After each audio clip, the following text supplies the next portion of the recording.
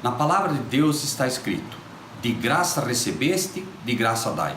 Ajude-nos a compartilhar o Evangelho. Dê o seu like, inscreva-se no nosso canal e ative o sininho. Obrigado. Mas há um Deus nos céus que revela os segredos. Ele revelou o que vai acontecer no fim dos dias.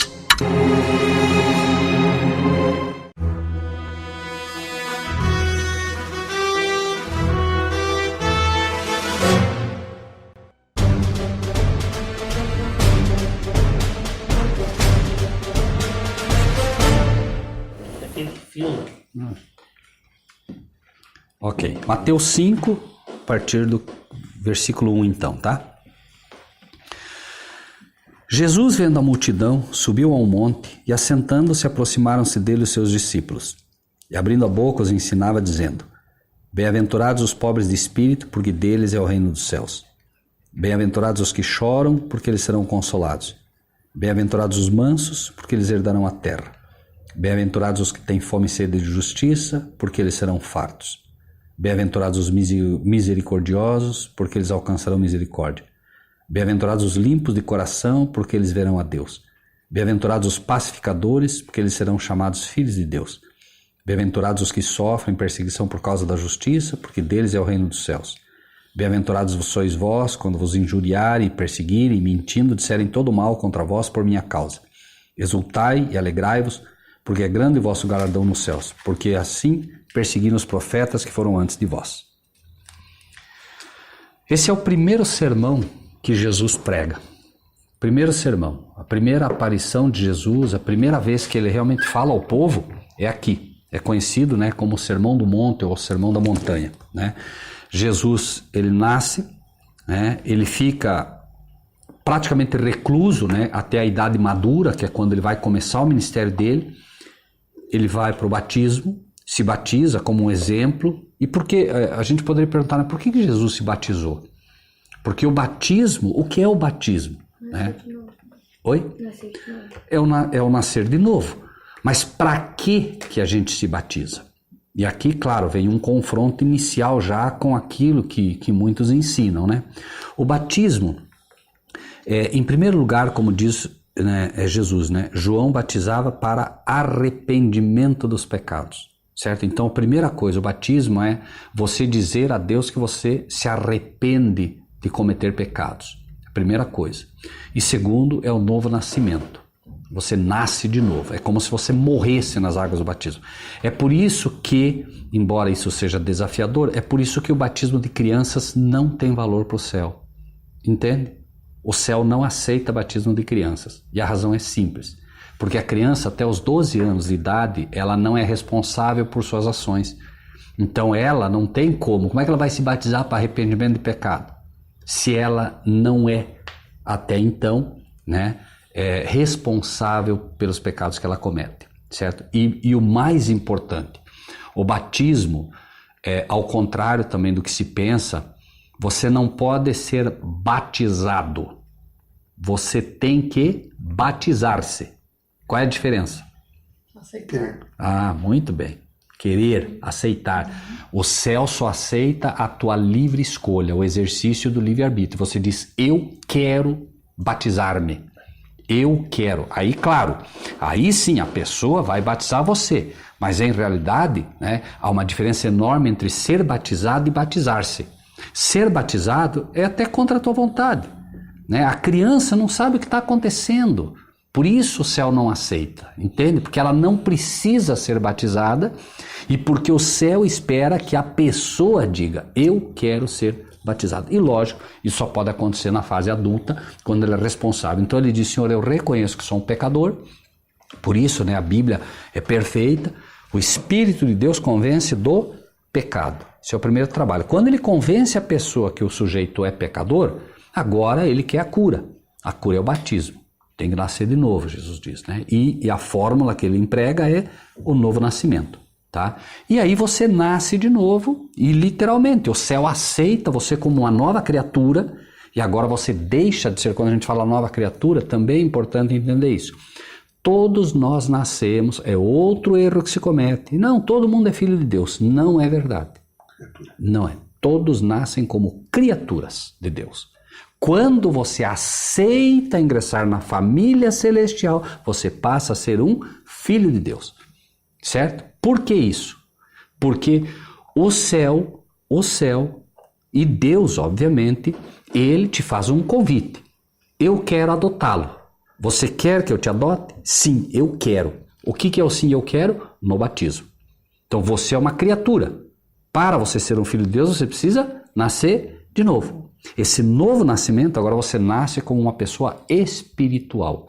Entende? Assim que o céu aceita. Né? E as normas não são as normas humanas, são as normas do céu.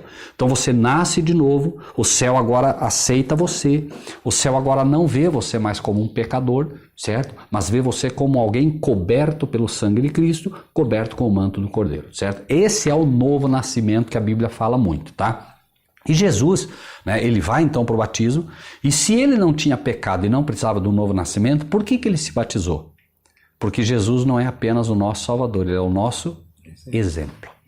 Entende? Ele dá o exemplo. Nada que a Bíblia te pede, nada, absolutamente nada que Jesus ou Deus te pedem, é algo que ele não fez antes.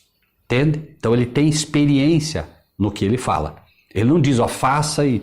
Não é como muitos padres e pastores, faça o que eu digo e não faça o que eu faço. Não, Jesus faz, dá o exemplo e aí ele diz, ó, faça. Por isso Paulo diz, né, sede meus imitadores como eu sou de Cristo. Então me imitem, como eu imito Cristo. Esse é o correto, não é, né, faça o que eu digo e não faça o que eu faço. Isso não vale, não tem exemplo, né? Tem que ter exemplo. Você, né, muito mais você converte pessoas pelo teu exemplo, né, o teu testemunho do que falando. Né? A pessoa fala o monte de Cristo, mas ele é bandido, ele é ladrão, ele é... Obviamente que o testemunho dele não é válido, né? Então, Jesus começa, né, no capítulo 5 que a gente leu, versículo 1. Jesus, vendo a multidão, subiu ao monte e assentando-se aproximaram dele os seus discípulos. Vê que você começa a ler a Bíblia, aparentemente, né, você lê, mas o que isso quer dizer? Já na introdução você vê o seguinte, aqui Jesus começa a falar, uma multidão está querendo ouvir ele. Por que os fariseus, os sacerdotes, os doutores da lei tinham tanta raiva de Jesus? Já aqui começa o problema. Porque eles tinham uma igreja maravilhosa, a sinagoga era fantástica, só que o que acontece agora? Onde a multidão estava? Ouvindo Jesus. E o que aconteceu naturalmente? Menos pessoas iam para o templo. Então eles estavam acostumados, chegava lá, 2, 3 gatos pingados, cadê o povo? Cadê o povo? O povo está lá ouvindo um tal de Jesus, porque para eles Jesus era um Zé Ninguém. Né? Jesus não fez teologia, Jesus não cursou na escola dos pastores da época, nem ele nem João Batista.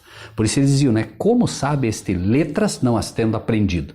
Não é que ele não sabia letras, não é que ele não sabia ler. Ele não tinha ido para a escola dos profetas. E ensinava-se que para ser um pastor tinha que fazer teologia.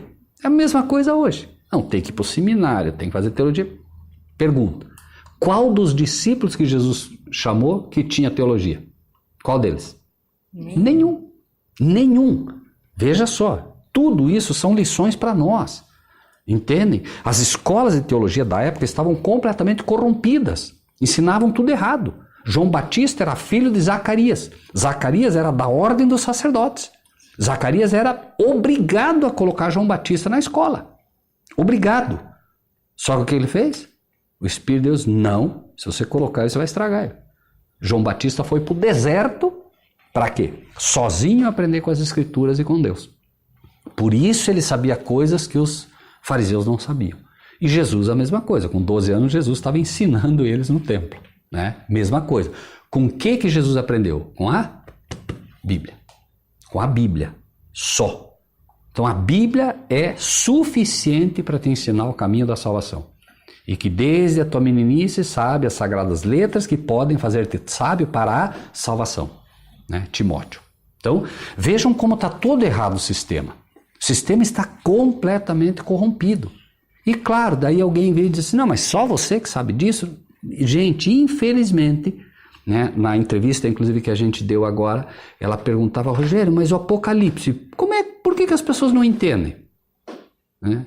Falei, a resposta é simples, por que não entendem? Porque não lê. Como é que vai entender se não lê? Não é? Não lê. Você vai pegar 5.000 pessoas aí no Apocalipse, não sei. Né? Bom, aí Jesus, então, vendo a multidão, sobe ao monte, né, e se aproximam dele seus discípulos. Duas coisas assim muito simples. Né? O que é preciso para a gente aprender? Se aproximar de Cristo. É simples. Como é que a gente se aproxima de Cristo? Né? A gente só vai conhecer a Cristo pela palavra. Jesus não vai descer e vai dizer o que você quer que eu te ensine. Ele já deixou a palavra para nós. Nós vamos aprender. Por isso a Bíblia diz que Cristo é o verbo. O que é o verbo? O verbo é isso aqui, a palavra. Cristo está biografado nas páginas da Bíblia. Né? E a garantia que ele dá é dele próprio. Ele disse para os fariseus, vós examinais as Escrituras, porque julgais ter nelas a vida eterna. E são elas que de mim testificam. Jesus então diz, olha, vocês, falando para os doutores da lei, para os pastores da época, vocês leem a Bíblia porque julgam que aqui está a vida eterna. Diz, mas só que ela fala de mim. E vocês não me aceitam. Que interessante, não é? A Bíblia fala de Jesus. E eles se julgavam os expositores da palavra, os ensinadores da palavra. E o mais importante, ou né, a única lição que ninguém podia perder da Bíblia é que a Bíblia ensinava de Jesus. E eles não sabiam. Você imagine só a cegueira. Só que aí, Jesus, olhando para o futuro, ele diz o seguinte, né? Quando vier o Filho do Homem, porventura achará fé na terra? Olha só o que ele diz. Veja que aquilo estava um caos. Ninguém entendia nada da Escritura, já havia o Velho Testamento inteiro, mas ele olhando toda aquela cegueira do povo, dos pastores, dos doutores da lei, dos líderes da igreja, daquele povo todo, ele diz, quando vier o Filho do Homem, vai ser pior. Porque o que é a fé? A fé vem pelo... saber, conhecer. Claro, a fé vem pelo ouvir e pelo ouvir a palavra de Deus. Então se falta fé, o que faltou? O que faltou? Ouvir. Faltou ouvir a palavra de Deus. Ah, mas tem gente indo na igreja, ouvindo tudo, mas não está ouvindo a palavra. Está ouvindo o quê? Está ouvindo um arremedo. Está ouvindo uma ladainha. Está ouvindo uma coisa mecânica, mas não está ouvindo a palavra. Olha, é impressionante como a gente ouve testemunhos hoje, né? Isso não é para a glória de homem nenhum, isso é o poder da palavra. Veja que interessante, nós ouvimos muitos testemunhos dessa natureza. Eu estava 40 anos na igreja, não aprendi nada. Agora eu estou há 1 ano estudando a Bíblia, estudando com os irmãos, com esse, com aquele. Eu aprendi mais em 1 ano do que eu aprendi em 40 anos dentro da igreja. E é uma realidade. É uma realidade. Hoje as igrejas são mecânicas. Né? Elas têm o quê? Elas têm o seu corpo de doutrina, é o que eles ensinam. Então você vai numa igreja batista, ele tem uma liturgia a seguir. E ele está lendo aquilo ali. E disse tal. Palavra do Senhor, graças a Deus. Mas veja, não é um ataque a ninguém. Ninguém entendeu nada. Às vezes um pastor ou um padre que ainda resolve expor alguma coisa. Mas ainda assim é uma comida incipiente, porque se fala quando muito 20, 30 minutos. Olha como é fantástico você poder sentar e estudar a Bíblia. Né? Isso é um milagre. Acreditem, isso é um milagre. Você sentar, estudar a Bíblia, às vezes, fica 1 hora e diz, puxa, passou tão rápido. Imagina que bênção você poder dizer, mas passou tão rápido. Né? E é uma bênção, porque hoje, eu digo sempre, né, o católico, por exemplo, é um mártir. Para mim, sinceramente, o católico é um mártir, porque você aguentar 1 hora dentro de uma igreja, sabe, um ensino repetido, eu não consigo. Por isso eu digo, é um mártir, eu não consigo. Né? E as pessoas vão, porque elas têm um coração, elas querem aprender, elas querem saber, elas vão. Né?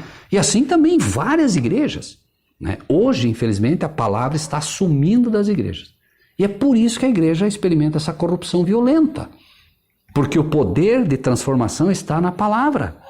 Se você não contempla, se você não busca, nós somos transformados naquilo que contemplamos. Começa a andar com bandido, daqui a pouco você vai estar fazendo o quê? Roubando, matando, não é? Você começa a andar com a palavra, que é Cristo, você começa a ser parecido com ele.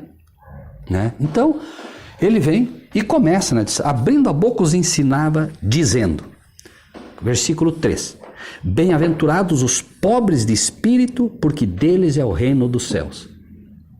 Lição simples, o que é um pobre de espírito? Um pobre de espírito é aquele cara que... Pobre de espírito é uma pessoa que sente a sua pequenez. É uma pessoa que é humilde. Isso é um pobre de espírito. Pessoa humilde. E Jesus inicia deixando claro, é a primeira lição que ele dá. Então, por exemplo, né, o sujeito, e na época era muito assim, ensinava-se, por exemplo, os fariseus, eles tinham roupas caríssimas, né, eles tinham, na época, dinheiro, eles tinham casas bonitas, né? Vinho do bem e do melhor. Tudo do bom e do melhor. Alguma coisa mudou? Como é que é os líderes hoje? Mesma coisa. E infelizmente, sabe o que eles ensinavam? Olha que interessante. Eles, por exemplo, se você tinha uma lepra, se você tivesse uma doença, se você fosse pobre, eles diziam que isso era castigo de Deus. Você está com lepra, você está com isso, você está com câncer, você está com isso, é por castigo de Deus para você. Por quê? Porque você é mau. Só que como eles aí tinham dinheiro, então eles estavam bem com Deus. E eles ensinavam isso. E o povo ficava desesperado, você imagine. A pessoa, além de ter um familiar com lepra, morrendo, porque ele tinha se excluído da sociedade, ainda ele achava que estava sob o juízo de Deus. Imagine o desespero da família e todo mundo. Olha a maldade que eles tinham. Nenhuma novidade. Não é diferente. O que os pastores dizem hoje? Não, vem para a igreja, porque está faltando Deus na tua vida. Você é pobre, Mas Jesus vai na raiz da questão. Bem-aventurados os humildes, não é os orgulhosos. Os fariseus, cheios de orgulho próprio, eu sou bom, eu não faço isso, eu não faço aquilo, eu não faço aquilo. Ele vai na raiz. Bem-aventurados os humildes, porque deles é o reino dos céus. Então assim, isso são lições práticas, né? Não pode entrar aqui e sair aqui. Você ouve isso e Jesus está dando uma promessa para você. Ele está dizendo, vale a pena ser humilde. Bem-aventurados os humildes, porque deles é o reino do céu. Então a gente tem que aprender a evitar coisas do tipo, eu sei mais, eu sou melhor, eu sou bom, eu não faço isso, eu não faço aquilo. Não, quando você está indo, eu já estou voltando. Tudo isso mostra um orgulho, né, que vai finalmente, se não for trabalhado, vai finalmente arrancar do céu. Vai tirar o céu de você, porque no céu não tem lugar para orgulhoso. A pessoa só pode aceitar Cristo se ela for uma pessoa humilde. Se vocês observarem, a maior camada social hoje que rejeita Cristo é a camada dos ricos, dos cientistas, dos que se julgam inteligentes. Eles acham que não precisam nem de Deus. Né? Claro, porque para eles isso aqui é coisa de gente burra, ignorante. É assim. Salvo, né, umas pouquíssimas celebridades, Einstein, né, pessoas que realmente entenderam, foram estudar. E é assim, qualquer pessoa que fale da Bíblia, você pode ter certeza de uma coisa, nunca leu direito, nunca leu de verdade, nunca leu para aprender. É impossível que alguém fale mal da Bíblia se ela realmente passa a estudar. Então, bem-aventurados os humildes, porque deles é o reino do céu. Segunda lição que ele dá, versículo 4. Quer ler, Célia, para nós? Versículo 4. Bem-aventurados os que choram, porque eles serão consolados. Quem é que chora? Por que a gente chora? Por que a gente chora? Você chora por quê? Porque você está feliz? Não, você chora porque você está triste. Você chora porque acontecem calamidades na tua vida. Você chora porque acontecem problemas. Você chora porque vem dificuldades. E Jesus está dizendo o quê? Bem-aventurados os que choram. Olha como é tudo o contrário do que a gente tem ensinado, né? É o contrário. Jesus está dizendo, olha, alegre-se se você tem motivo para chorar. E não se preocupe. Vai ser sofrido, vai ser doído, mas bem-aventurados os que choram, porque serão consolados. Serão é futuro. Serão. Jesus não promete. Veja, há muitas pessoas que dizem assim, cuide da tua vida que eu cuido da minha. Em primeiro lugar, eu não tenho como cuidar da tua vida porque a vida não é tua. A nossa vida não é nossa. Nossa vida pertence a Deus. Nos foi dada como um empréstimo. né? E infelizmente, muitas vezes acontece isso. Você tenta ajudar a pessoa e a pessoa não quer ser ajudada. Principalmente no campo da religião. Não, eu tenho a minha religião, fique com a tua. Como é que é? Meus pais eram católicos, então eu permaneço porque... Vou morrer católico. Meu pai foi católico, minha mãe foi católica, eu vou morrer católico. Nós estamos falando católico como poderia ser assembleiano, como poderia ser qualquer um, tá? E isso, né, é triste. Por quê? O verdadeiro cristão vive de toda palavra que vem da boca de Deus. Se é uma criança de 8 anos estiver te ensinando algo, procure aprender, né? E a humildade é que vai fazer com que você aprenda. Você só vai aprender se você for humilde. Se você acha que sabe, não vai aprender, né? Então, bem-aventurados os humildes e bem-aventurados os que choram, porque serão consolados. 5. Consegue ler, Petiço? Versículo 5? Bem-aventurados os mansos, porque herdarão a terra. Vejam, quando a gente fala de manso, obviamente, Jesus foi perfeito, é diferente. As pessoas dizem, né? Porque a Bíblia diz que Moisés foi o homem mais manso que pisou nessa terra. Só que ele não foi perfeito. As pessoas às vezes me dizem assim, Rogério, mas Moisés foi mais manso que Jesus? Porque a Bíblia diz que Moisés foi o homem mais manso. Sim, mas ele não foi perfeito, né? Então, aí a gente já vê que... Mas Moisés, o que era essa mansidão, né? Moisés pega um povo do Egito e começa a levar para a terra prometida. Você imagine só, né? Aí um que reclama disso, cadê a água? Cadê a água? Quem dera nós, né, morrêssemos no Egito, onde tínhamos panela e comida a fartar. Quem dera, né? As pessoas que, infelizmente, elas reclamavam de tudo constantemente, né? E Moisés foi manso do início ao fim. Calma, gente, calma. O que são os mansos? São aqueles que também são considerados, né, como pacificadores. Tá todo mundo, sabe, brigando, você nunca devolve na mesma moeda. É muito comum hoje, inclusive, esse ditado, né? Eu não levo desaforo para casa. Sinto muito se você não leva desaforo para casa, porque, né, não vai herdar a terra. E é curioso, né, essa questão, por exemplo, da mansidão, porque assim, tudo isso, se você observar, é um exercício prático diário, né? Você está lá trabalhando, você tem 1000 motivos para brigar, para discutir, porque coisa errada sai a cada segundo, né? Mas a promessa, trânsito, principal, olha só, o trânsito, muito bem lembrado, o trânsito é um teste de ferro. Você está indo aí, o sujeito fecha, o outro...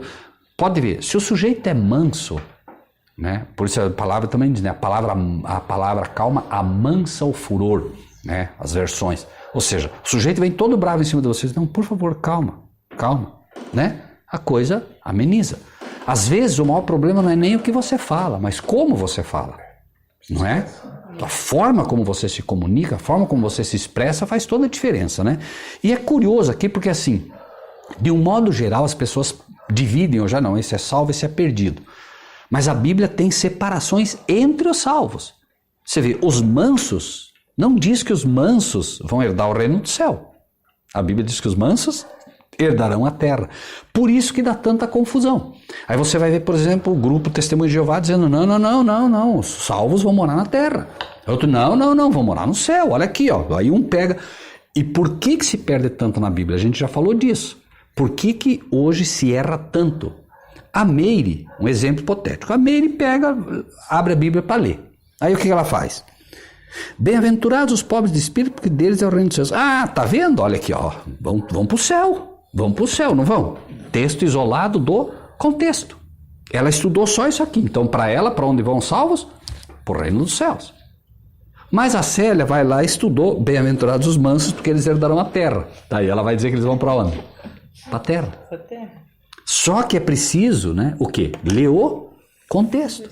O contexto vai ensinar que os mansos herdam a terra, certo? E os humildes, o reino dos céus. Os humildes, então, estão, por assim dizer, numa categoria melhor. Agora, obviamente, veja Moisés. Veja que interessante. Moisés foi o homem mais manso. O que ele queria? A terra. O sonho dele foi entrar na Canaã, na terra prometida. É impressionante isso, porque assim, a Bíblia parece, eu vou deixar aqui o parece, porque né, tem coisa que a gente não, é mais difícil de entender, mas a Bíblia parece realmente que Deus, conhecendo o caráter de cada ser humano, Ele sabe exatamente o que Ele quer. Se você dissesse, Moisés, o que você quer? Eu quero entrar na Canaã. É o que Ele queria. Né? Então a Bíblia vai mostrando, por exemplo, qualidades que você tem que desenvolver, que são dons de Deus. Né? Você simplesmente, não adianta também você simplesmente dizer, não, a partir de hoje eu vou ser um sujeito manso. Não é assim que funciona. É você reconhecer, né? É reconhecer em primeiro lugar que você está inserido nisso. É você ler quando diz bem-aventurados os pobres de espírito, você não tem que dizer para Deus, Senhor, eu sou. Não, é o contrário. Diz, Senhor, não, o Senhor está desnudando meu coração, eu achei que era, mas eu estou vendo que não sou. Agora Ele tem condições do quê? De mudar você. Por isso o novo nascimento. Ensina-me. A única coisa que você não pode dizer para Deus é, eu sou assim, ou eu prometo que vou fazer. Não perde tempo. Pedro falou, né? Todos vão te negar. Eu? Não. O que aconteceu com ele? 3 vezes. Negou 3 vezes. Antes que o galo cante, tu me negarás 3 vezes. Né? Então, o ser humano não conhece seu coração. Invariavelmente vai acontecer isso. O sujeito que disser, não, eu sou humilde, é exatamente o que ele não é. Ele pode até ser manso, mas humilde ele não é. Claro, porque o defeito de caráter é difícil para a gente assumir. Como seres humanos que somos, nós não queremos, né, que nos apontem os defeitos de caráter. Mas o Espírito de Deus trabalha exatamente nisso. Para quê? Para retirar esse defeito. A experiência maior de ser humilde é quando se é humilhado mesmo. Ah, a pessoa mantém. É. Ele percebe, né? Porque normalmente a maioria das quando é humilhado, ele, não, você está me humilhando, tá? Né? Exatamente. Essa é a parte mais difícil de se reconhecer. Perfeito. Né?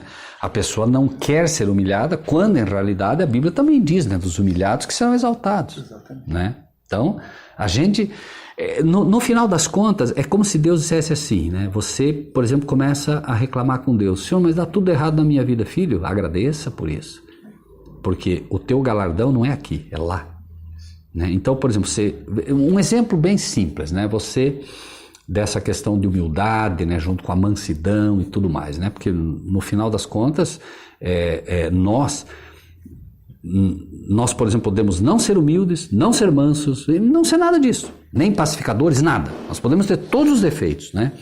Agora você imagine a seguinte situação, você e o Petis estão aqui, vão almoçar, daqui a pouco alguém bate na porta aí, por alguma razão entrou um mendigo, conseguiu entrar, chegou ali e pede um prato de comida para a Meire.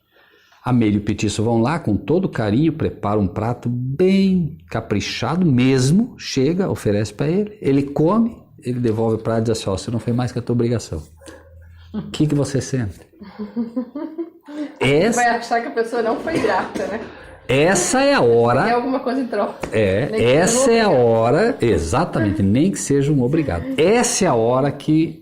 Porque assim... A vaidade da gente, porque a gente não deveria querer esperar o obrigado. Claro, né? Por quê? Porque no final das contas, né, o verdadeiro cristão, claro, estamos falando como cristãos, nós estamos falando com o mundo, porque o mundo, isso aqui não é para o mundo, isso aqui é para quem quer realmente viver, né, o que Cristo ensina. Você, em primeiro lugar, você deveria reconhecer que a comida não é tua, foi Deus que te deu.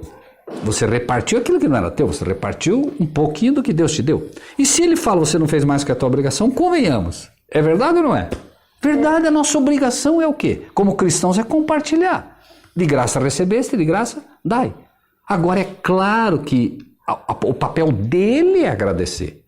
Né? Mas se ele não agradece, agora essa crise é que vai demonstrar o que eu sou. Essa é a crise que demonstra o que eu sou. Se eu sou humilde, se eu sou manso, vá!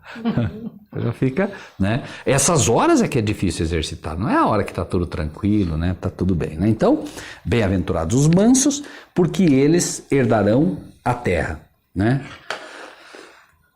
Versículo 6.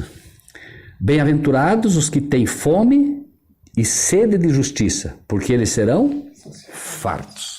Fome e sede de justiça, o que é isso? A palavra de Deus diz assim, todos os teus mandamentos são justiça.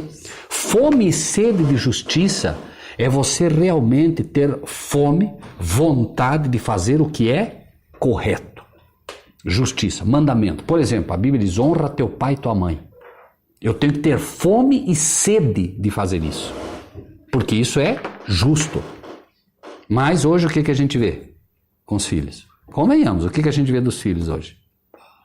A Bíblia é perfeita, gente. Se tem uma palavra que demonstra a realidade dos filhos, hoje eu digo de forma genérica, os meus não estão fora dessa realidade não, todos. Ingratidão. A Bíblia diz que esse tempo que nós vivemos, os filhos serão ingratos. É esse o termo que ele usa. É ou não é verdade? Convenhamos. De um modo geral, a gente vê que os filhos hoje, eles realmente acreditam que os pais são obrigados a dar o que eles querem. Que os pais são obrigados a dar a comida que eles querem. É um fato. A gente vê, por exemplo, hoje como os filhos são ingratos, né? Em todas as camadas sociais, né? E a Bíblia, então, se levanta poderosa dizendo, né? Bem-aventurados os que têm fome e sede de justiça, porque serão fartos. E essa é uma promessa exatamente dentro daquilo que você falou. Quando você é humilhado, quando te humilham, você quer o quê? Justiça. Não é justo. Você é acusado indevidamente. O que você quer? Justiça. Tem coisa pior do que ser acusado de uma coisa que você não fez? Jesus foi acusado de tudo que ele não fez. Não fez nada. Pilatos, inclusive, diz, eu não acho pecado nele, gente. Não acho pecado nele. Quer que eu solte? Negativo. Não, senhor. Crucificam. E onde foi o erro de Pilatos? Onde foi que Pilatos errou? Faltou ser justo. Pilatos estava lá. O próprio Pilatos disse, eu não acho nele pecado. Eu não vejo erro nele. Mas mesmo assim mandou o quê? Chicotear. Aí ele caiu. Porque veja, se não tem pecado, por que eu vou mandar chicotear? Quando eu chicoteio, né? Veja, os fariseus queriam crucifixão. Então ele pensa assim, bom, eu vou mandar crucificar que deu cala a boca de todo mundo. Eles vão se dar por satisfeito. Mas o que a mente má pensa? Não, se chicoteou sendo religioso, é só nós apertar que ele manda matar. O diabo pensa assim. Por isso que a Bíblia também vai ensinar que não são as grandes raposas que estragam a seara. São as pequenas. O que isso quer dizer? Nós precisamos nos preocupar com os pecadinhos. Entende? Ah, não, isso aqui... Porque é ali que estraga. Quem não é fiel no mínimo, não é fiel no muito. Entende? Porque, claro, o que o diabo faz? O diabo não vai conseguir fazer com que o Piti saia daqui agora e mate alguém. Não vai conseguir. Não vai conseguir você faça isso. Então o que ele começa? Ele começa no pecadinho pequenininho. Ah, mas isso aqui, mentirinha branca. Né? Ele começa assim. Só que aí o que ele faz? Ele tem um objetivo. Você fez isso, amanhã é maior. Né? Ninguém começa de pequeno matando. Um assassino não começa matando. Ele começa onde? Cometendo pequenos delitos. Pegue, por exemplo, uma pessoa, infelizmente, hoje que se droga. Né? Ele é um viciado nato. O que ele faz? Ele não começa roubando. Né? Ele começa simplesmente dando o que ele tem. Daqui a pouco ele não tem mais nada, ele vai lá e pega o negócio do pai. Vai lá, pega o negócio da mãe. Daqui a pouco ele já está roubando lá fora. Não há limite. E é aí que está. Não há limite. É uma escala. O diabo sabe exatamente isso. Por isso a Bíblia também vai no ponto central. E outra, convenhamos. Imagine que você, por exemplo, tem uma coisa que você gosta, você é um viciado, por exemplo, em cigarro. Um exemplo hipotético. Você não consegue parar. Tem gente que diz, não, vou parar e para, mas eu mesmo fumava e não conseguia. Né? O outro é viciado em bebida, não consegue parar. Então o que Deus diz? Não, comece evitando aquilo que você tem força para fazer. Por quê? Porque Deus te promete a vitória. Então você começa a exercitar bons hábitos. Olha só um exemplo. Você pode não ter facilidade para parar de fumar, mas você tem facilidade para beber bastante água todo dia, ou não? Sim. Então você começa a beber, por exemplo, bastante água. O que vai acontecendo com as toxinas agora? A nicotina do sangue vai sendo eliminada devagarinho. Vai diminuindo a vontade. Não é que vai tirar, vai diminuindo. Você está fazendo a tua parte. Pode ter certeza, a parte de Deus ele faz. Se ele vê que você realmente não consegue, ele vai tirar o cigarro da tua vida. Isso eu digo por experiência. Eu fumava, não conseguia parar de jeito nenhum. Não conseguia dormir. E eu me lembro bem, no apartamento que eu morava ali no Pôr do Sol, acho que é, né? Pôr do Sol. Uma noite, acho que era 1h da madrugada, Petiço, mais ou menos, eu não conseguia dormir, levantei, fui lá, acendi um cigarro, fumei até a metade, e eu já não dormia, eu tinha insônia por causa do cigarro, que eu trabalhava demais, trabalhava 2, 3 noites direto, sem parar, dia e noite, fumando, tomando café e tal. E aí, claro, nicotina no corpo inteiro, cafeína, como é que vai dormir, né? E aí 1h fui lá, acendi o cigarro, fumei até a metade, fiquei com raiva de mim, raiva do cigarro, peguei a carteira de cigarro, enfiei embaixo da torneira com água, molhei tudo, tal, amassei lá, tal, no lixo e fui deitar. Meia hora depois, o que eu estava fazendo? Coisa assim, ó. Lá secando cigarro na boca do fogão, secando, bituquinha que sobrou, né? Porque estava tudo amassado, para fumar. Gente, quando eu, sabe, aquela hora que você assim se dá em conta, isso é uma humilhação. aquela coisa que você olha assim e diz assim, não, mano, sem brincadeira, eu peguei aquilo lá, eu estava secando, eu parei, né? Caí de joelho, falei assim, pai, é o seguinte. Eu não conhecia Deus como hoje tenho o privilégio de conhecer pela Bíblia, mas assim, eu sempre tive um certo... Pai, é o seguinte, os crentes aí estão dizendo que o Senhor é amor. Dizem que o Senhor é amor. Eu quero acreditar nisso. Mas é o seguinte, eu parar de fumar não vou. Vou morrer. Não tenho muito tempo. Eu vou acabar morrendo. Não tem como sobreviver dessa maneira. Eu vou morrer. Se o Senhor me ama, o Senhor tem que tirar o cigarro da minha vida. Eu não paro. Eu não paro. Se o Senhor não tirar o cigarro da minha vida, eu vou morrer. Minha oração foi assim. Eu levantei dali e nunca mais fumei. Nunca mais. Deus tirou o cigarro da minha vida.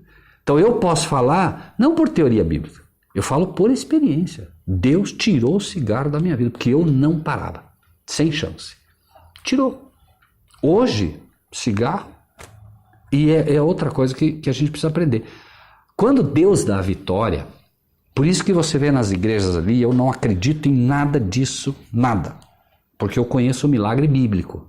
E eu confio no milagre bíblico. Por exemplo, o cara estava paralítico. Jesus curou. Ele não saiu se escorando em ninguém. Ele não saiu andando, ele saiu pulando. Pulando. Quando Jesus entra com o jumento na Jerusalém, quem é na frente? Os cegos. Claro, os cegos, porque agora eles viam, né? Isso era uma lição fantástica. Eles iam na frente. Atrás deles iam os paralíticos que ele curou. Eles não iam andando, eles iam pulando. Imagina, um cara que nunca conseguiu andar, cura, você acha que ele vai sair? Ele sai pulando de alegria. O cego sai, quer olhar tudo que não viu no mesmo minuto. É assim. Ou seja, o milagre é perfeito. Olha os milagres, entre aspas, que acontecem nas igrejas. O sujeito está lá que não anda, por exemplo, e daí ele começa... Se apoiar com alguém ali. Não é assim. Isso não é milagre bíblico. Jesus cura mesmo. Não faz pela metade. Nada. Né? Então, bem-aventurados os que têm fome e sede de justiça, porque eles serão fartos. Não se preocupe. E vamos ser acusados injustamente. Vamos ser. Vamos ser. Nessa entrevista, inclusive, depois a Kátia, né, me chamou lá e disse, Rogério, eu não sei como é que você tem coragem de falar essas coisas todas aí. Mas eu te pergunto, né, se Deus te mostra algo na Bíblia, isso, por exemplo, que a gente fala aqui, problema das igrejas, você acha que tudo isso vai gerar problema para nós? Eu tenho vídeos esparramados falando disso tudo. Eu sei que isso vai gerar problema para mim, mas foi uma escolha. Eu escolhi servir a Deus. Né? E cada um que escolhe servir a Deus vai ter problema. E vai ser acusado injustamente. Jesus foi acusado injustamente, os profetas foram acusados injustamente. O povo de Deus vai ser acusado injustamente. Paulo diz, todos. Quanto é todos? Todos. Todos que quiserem viver piamente em Cristo Jesus sofrerão perseguição. Começou cedo com a gente também. Não só comigo, vários. Brasil e no mundo. Você está numa igreja, está vendo eles fazer tudo errado. Você está lendo, Deus está mostrando que está errado. Você chega lá e diz, pastor, está errado. Você não pode ficar pedindo dinheiro para as pessoas não têm condições. Elas não têm, é um povo pobre. Vocês têm que parar de pedir dinheiro. Não, mas veja bem, pastor, para. Não chega uma hora que você é persona não grata. Aí você vê que eles estão ensinando errado, pastor, está errado. A igreja aqui que eu frequentava, a igreja da Claudete, a esposa do pastor chegou, né, porque sempre o pastor é que manda, e ela foi fazer uma pregação. Ela disse no púlpito que às vezes não era bom você orar para Jesus ou para Deus. Ore para o anjo, para não ficar incomodando Deus e Jesus o tempo todo. Olha só, mulher de pastor. Óbvio, quando acabou a pregação, nós chamamos ela no canto junto com o pastor. Pastor, se ela pregar mais uma vez algo dessa natureza, aqui ela não prega mais. Não se pode usar o púlpito para ensinar uma mentira dessa natureza. Mas precisa ver como ficou brava. Não, porque não sou o quê? Eu sou mulher do pastor, o que vocês estão pensando? Como que estão pensando? Aqui se prega a palavra. Mas se ninguém conhece a palavra, né, o que o padre fala, amém, glória, o pastor fala, amém, glória, a igreja não cresce, a igreja sofre. Por quê? Conhecereis e a verdade vos libertará. Se o pastor ensina o erro, você vai ficar preso. Preso ao inimigo. Quem é o pai da mentira? É o diabo. A verdade te liberta, o erro vai te escravizar.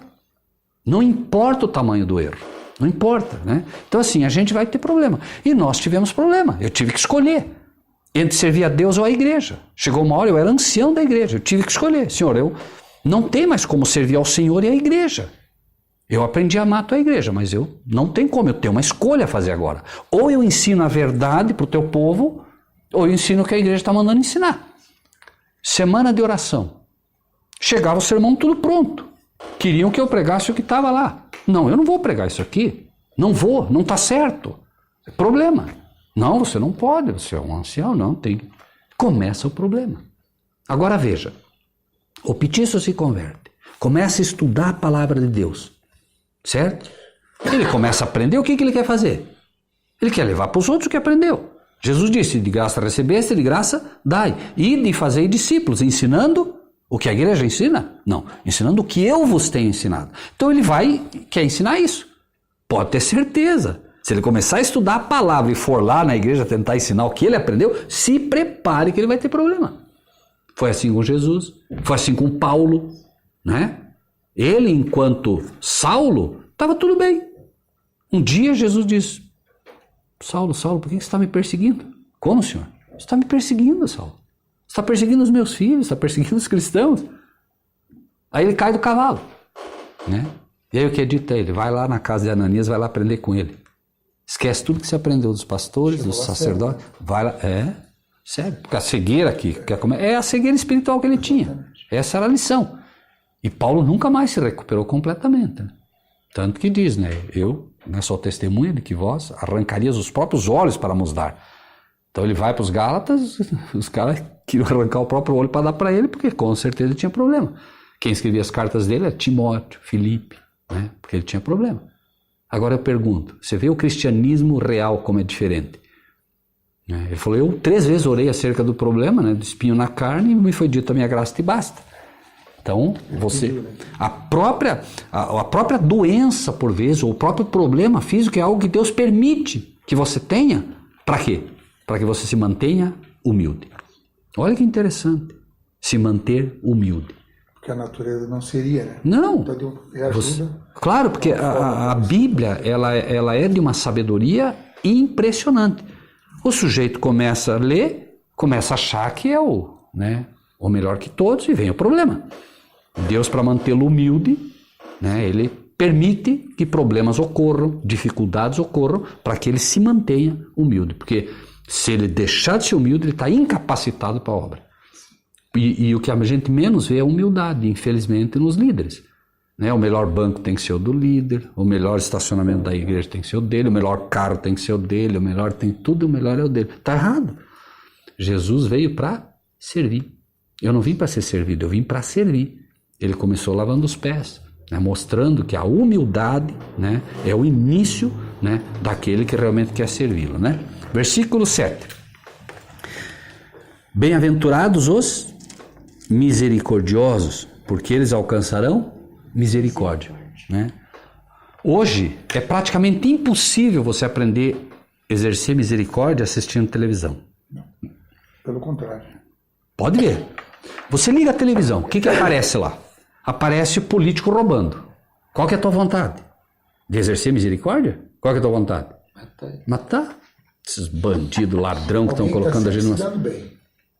Sempre. E você, aí veja só, você está ali na frente da televisão. Por isso a Bíblia diz, né? Evitai a contemplação do mal. Porque nós somos transformados no que? Contemplamos. Sempre. Eu sou transformado no que eu contemplo. Eu estou contemplando o quê? Corrupção, roubo, morte. Aí você olha, por exemplo, o sujeito roubou tanto. E você, mas, né, e a raiva começa a aflorar. Aí não, e INSS um rombo de tanto, e não sei o que roubo de tanto, e o outro roubou tanto, e a quadrilha não sei o que roubou tanto, e agora roubou ouro, e agora roubou não sei o que. Cara, você... Entende? Aí você vê um sujeito, e não falo por defesa, por favor. Você está assistindo, aí aparece um sujeito que estuprou e matou 20 garotas. 5, 6, 10 anos. Que vontade você tem? Para pensar, qual é a tua vontade? Você vai ouvir de muitas bocas, esse cara tem que queimar vivo, esse cara tem que esfolar, esse cara tem que isso, esse cara tem que aquilo. E é natural que o homem pense assim, mas não é bíblico, não é correto. É preciso exercer misericórdia, até porque existe uma coisa muito simples ali. Imagine que esse sujeito que estupra, que faz, se você for ver a vida dele, provavelmente, quando ele era pequeno, provavelmente, eu não estou dizendo que é, mas ele pode ter sido uma criança que com 1 ano de idade o pai apagava o cigarro na sola do pezinho dele, porque ele chorava. Né? Foi uma criança que cresceu num meio violento. O que ele aprendeu foi aquilo que ele viu. Ele viu o pai bater na mãe, ele viu a mãe se drogar, ele viu o irmão morrer. Entende? Ele cresceu num ambiente completamente hostil. E quem sabe ele foi estuprado também. Certo? Então ele cresce com isso. Certo? Ele cresce com um desejo só, se vingar. E é o que ele vai fazer. Aí você olha e diz, esse sujeito é um crápula, esse sujeito é isso, esse sujeito é aquilo. Nós temos que exercer misericórdia. Jesus, inclusive, diz com os inimigos. Imagine só. Né? Então, é fácil? Não é. Claro que não é fácil. É contrário à natureza nossa de lobo. Mas ele promete. Uma das coisas que as pessoas também precisam aprender da Bíblia e que eu aprendi a duras penas, né? Porque aqui ninguém é melhor do que ninguém. Ninguém aqui é melhor do que ninguém, né? Não é porque você explana a Bíblia que você é perfeito. Não, nós estamos todos no mesmíssimo barco, né?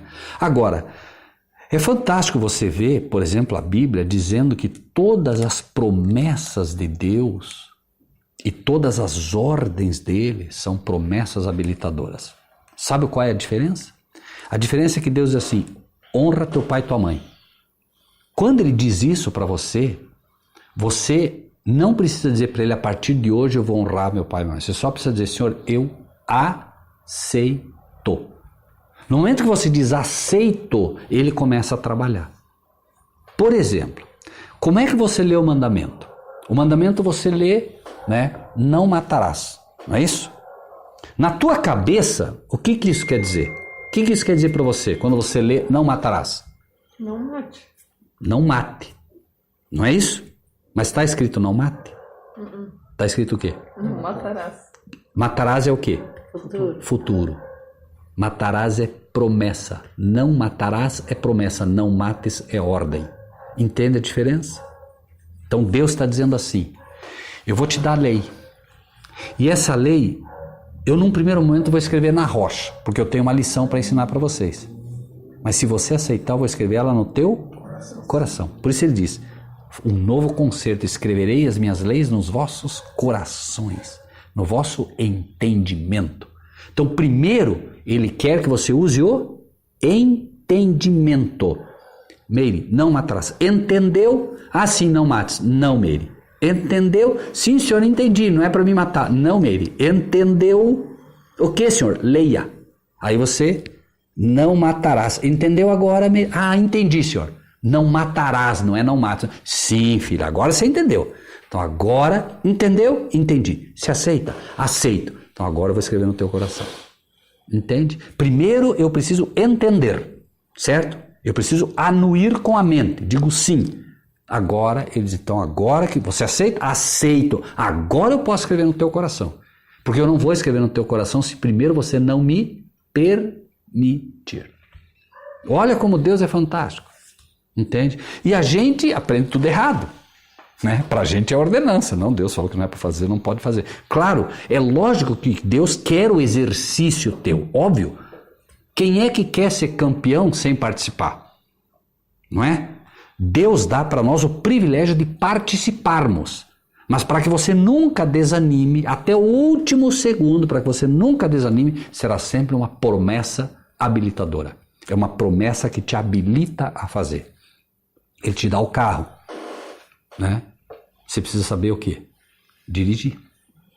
Então ele te dá o céu, mas você precisa saber morar lá. Por quê? Adianta ele dar o céu para o sujeito que quer beber pinga no céu? Vai ser feliz lá? Não tem misericórdia. Não tem misericórdia. Ele vai chegar, por exemplo, ele morreu escolhendo os vícios. Vai chegar no céu, não tem droga. Não tem álcool. Não tem nada disso. Ele não vai ser feliz no céu. Acredite. Finalmente é um ato de misericórdia que Deus permitirá que aqueles que não poderão morar no céu ou não poderão morar na terra renovada serão destruídos. E esse é outro erro crasso. Mais um erro violento. Por exemplo, vocês têm o Serginho. Volte no tempo e tente imaginar o Serginho com 5 anos de idade. Tá bem? Qual pecado ele precisaria cometer para você jogar ele numa fogueira para ele queimar? O que ele teria que fazer? Certeza? Nenhum. Petiço. Que pecado ele teria que cometer para você jogar ele numa fogueira e dizer, quero que você fique queimando aí? Nenhuma chance de jogar na fogueira. Amém. Pergunto, você é melhor que Deus? Não. Sim ou não? E a Meire? Não. Então por que nós acreditamos que Deus vai jogar gente na fogueira para queimar por toda a eternidade, se nós, seres humanos pecadores, não temos coragem de fazer isso? Que somos maus, né? Já pensou nisso alguma vez na tua vida? Não dessa forma. Por isso, o inferno que se ensina não é bíblico. Esse inferno que Deus vai te dar 70, 80 anos de vida e se você não fizer coisa de jeito você vai queimar por toda a eternidade, não é bíblico. Tem nada a ver com Deus. Isso é uma invencionice criada para fazer com que as pessoas tivessem medo de Deus e fossem para a igreja. Entende? E isso faz com que Deus vire um tirano. E aí as pessoas não aceitam a Deus por quê? Quem é que vai amar um Deus que te dá 70, 80 anos de vida e depois te joga para queimar por toda a eternidade? Torturando. Não tem o menor cabimento essa doutrina. E é uma doutrina ensinada por praticamente todas as igrejas. Todas. Olha a leitura que se faz errônea de textos bíblicos. O inferno existe? Existe, é bíblico. Mas não existe o inferno que você vai queimar por toda a eternidade. Isso não é bíblico. A Bíblia diz, não restará raiz nem ramo. Ou seja, não vai sobrar nada. Vai ser destruído completamente. O pecado tem que ser erradicado da terra, me entende? Erradicado, não é ficar queimando por toda a eternidade. Né? Versículo 8. Bem-aventurados os limpos de coração, porque eles verão a Deus. Todos verão a Deus? Não. Os limpos de coração. O que é um limpo de coração? É aquele que realmente não tem maldade. Você pode ser humilde e pode ter maldade. Mas o limpo de coração é aquele que não tem maldade. Nada por maldade. Um exemplo bem simples. Você, Meire, tem um carro para vender. E você está muito apertado. A empresa precisa urgentemente vender um carro. Você liga para mim sabendo que eu tenho algum dinheiro. Teu carro vale 50 mil. A gente já falou disso. Teu carro vale 50 mil. Rogério, eu estou muito apertado, preciso vender meu carro urgente, preciso vender hoje. Quanto vale teu carro? 50. Te dou 30. Isso se chama maldade. Mas é o mundo dos negócios. Mas é maldade. E é aceito. É maldade. Todo É mundo aceito. normal, Claro, né? normal. Não. Inclusive, né, se diz o quê? Combinado, Não é Não sai caro. um cercado, não é roubado. não é armado, né? O combinado não sai caro. Não é assim. Eu me aproveito de uma situação de alguém com problema, certo? Já é ruim isso com pessoas que não são amigas. Imagine aquele que se diz amigo. Né? Menos ainda.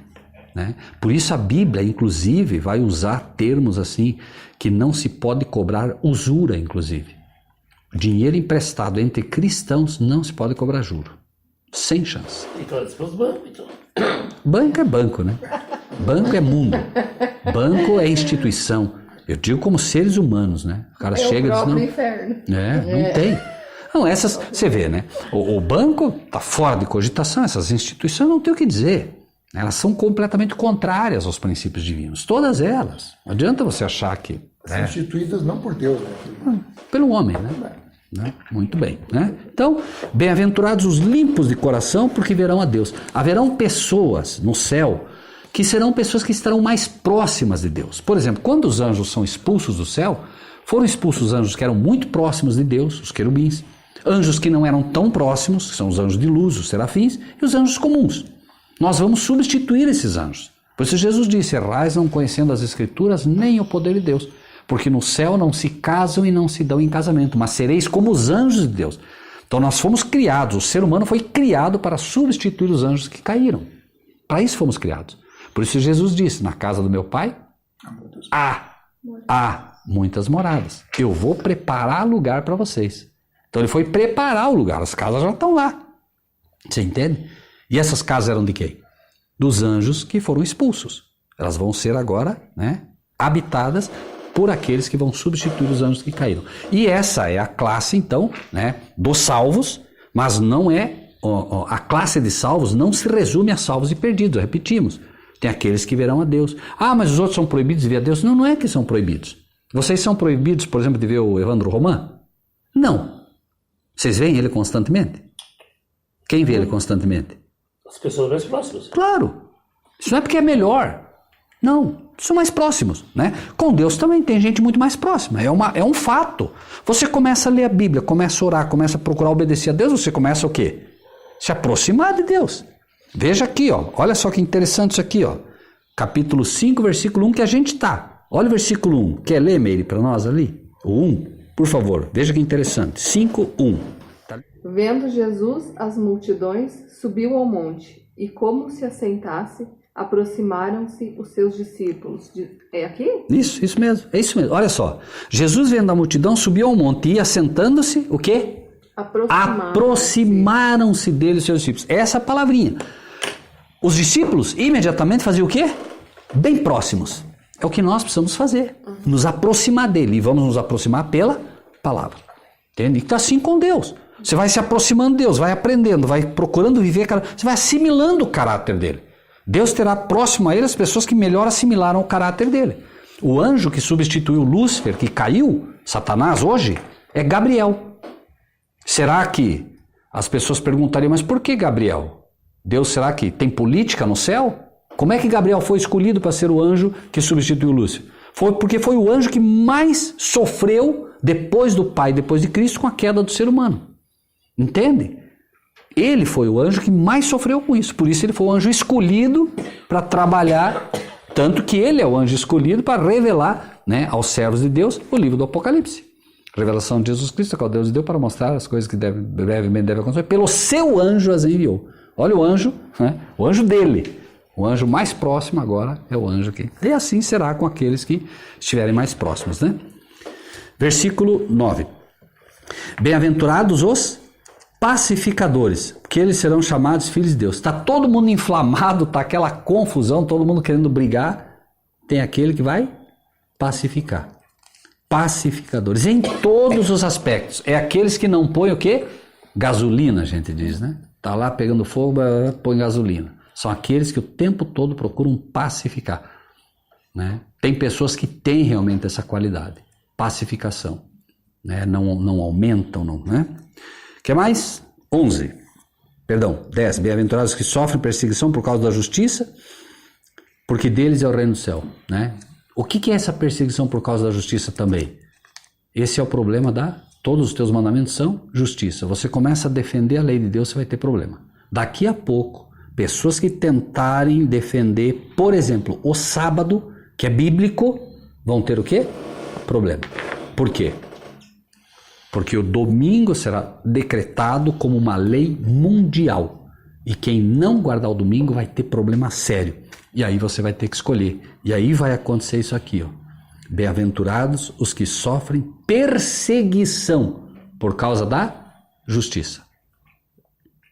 você vai querer guardar a lei de Deus.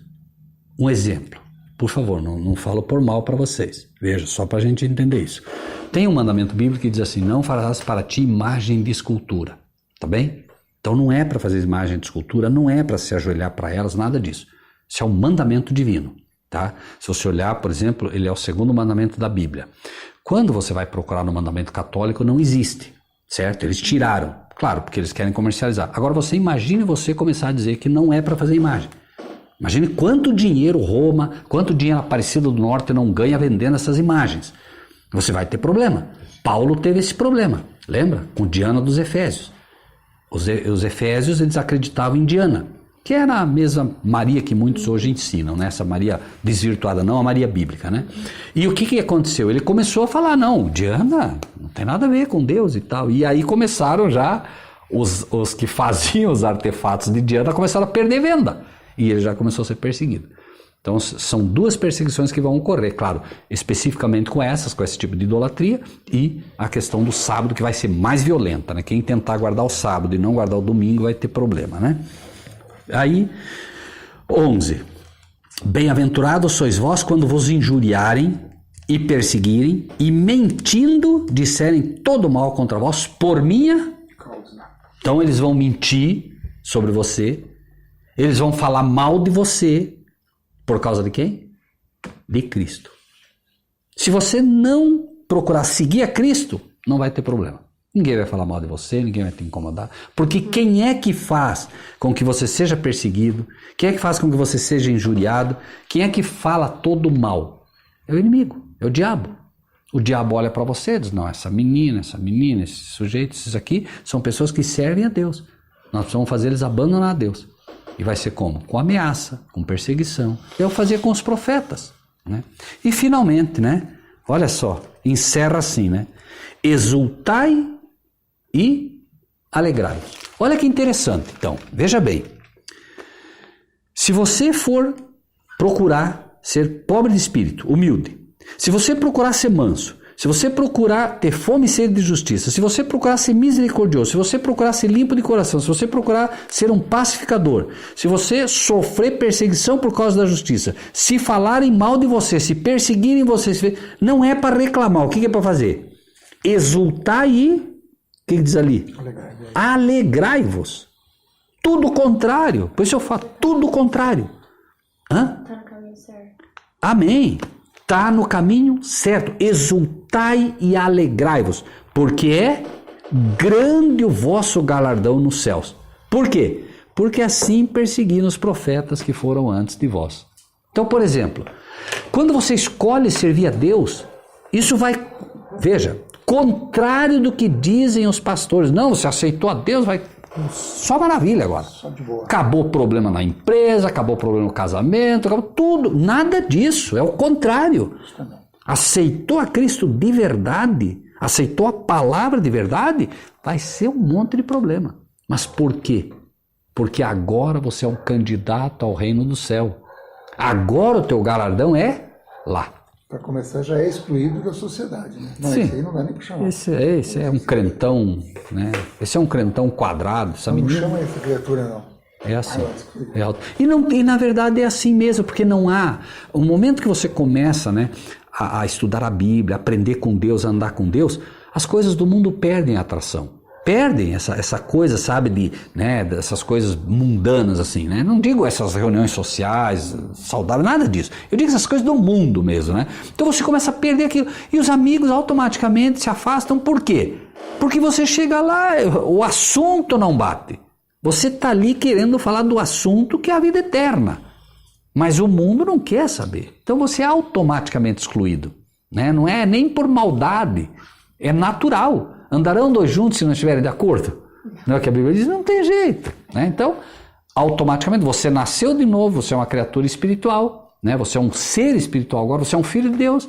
E a criatura, né? O lobo, que é o Ivapalu, você não quer mais, né? O lobo quer fazer a briga deles lá, se morder tudo, você não quer mais, né? Você virou uma ovelha. E na verdade, é até perigoso daí ficar no meio do lobo, porque daqui a pouco o lobo avança e, né, te destraça, né? Como bom? é que é a frase? Você falou 2 vezes hoje. Que você convive muito e você torna-se igual Ah, sim, nós somos transformados no que contemplamos. no que contemplamos. Perfeito, né? É assim. Tá bom? Na palavra de Deus está escrito que nós devemos compartilhar o que recebemos. Assim, se você gostou desse vídeo, dê o seu like, inscreva-se no nosso canal e ative o sininho.